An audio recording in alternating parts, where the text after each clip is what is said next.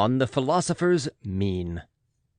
I commend you and rejoice in the fact that you are persistent in your studies, and that, putting all else aside, you make it each day your endeavor to become a better man. I do not merely exhort you to keep at it, I actually beg you to do so. I warn you, however, not to act after the fashion of those who desire to be conspicuous rather than to improve, by doing things which will rouse comment as regards your dress or general way of living. Repellent attire, unkempt hair, slovenly beard, open scorn of silver dishes, a couch on the bare earth, and any other perverted forms of self-display are to be avoided. The mere name of philosophy, however quietly pursued, is an object of sufficient scorn. And what would happen if we should begin to separate ourselves from the customs of our fellow men?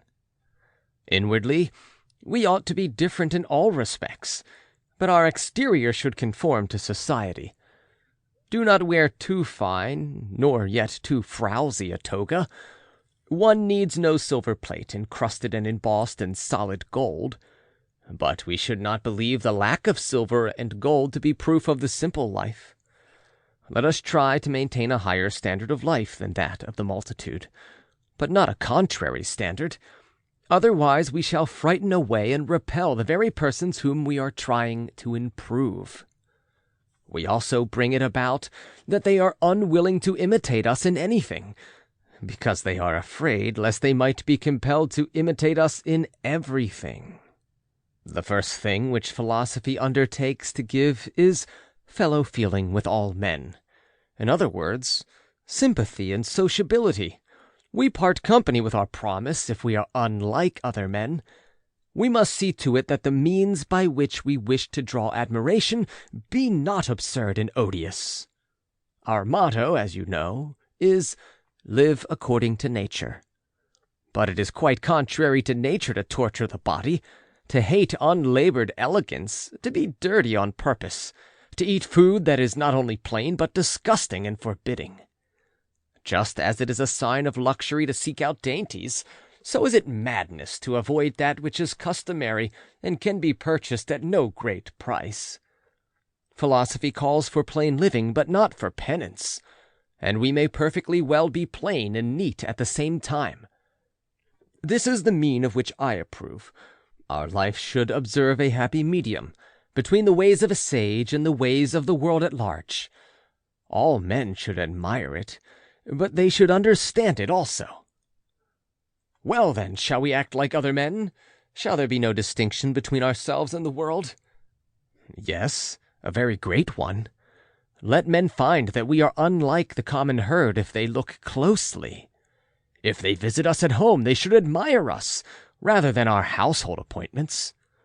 He is a great man who uses earthenware dishes as if they were silver, but he is equally great who uses silver as if it were earthenware. It is the sign of an unstable mind not to be able to endure riches. But I wish to share with you today's profit also.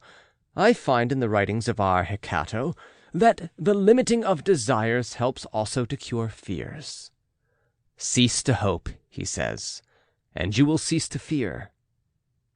But how, you will reply, can things so different go side by side? In this way, my dear Lucilius. Though they do seem at variance, yet they are really united. Just as the same chain fastens the prisoner and the soldier who guards him, so hope and fear, dissimilar as they are, keep step together. Fear follows hope. I am not surprised that they proceed in this way. Each alike belongs to a mind that is in suspense, a mind that is fretted by looking forward to the future.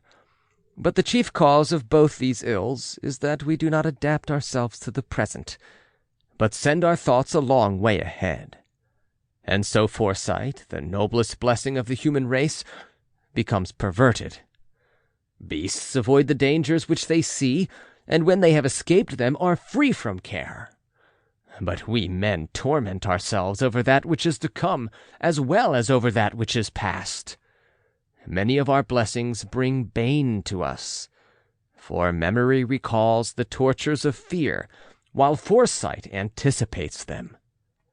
The present alone can make no man wretched. Farewell.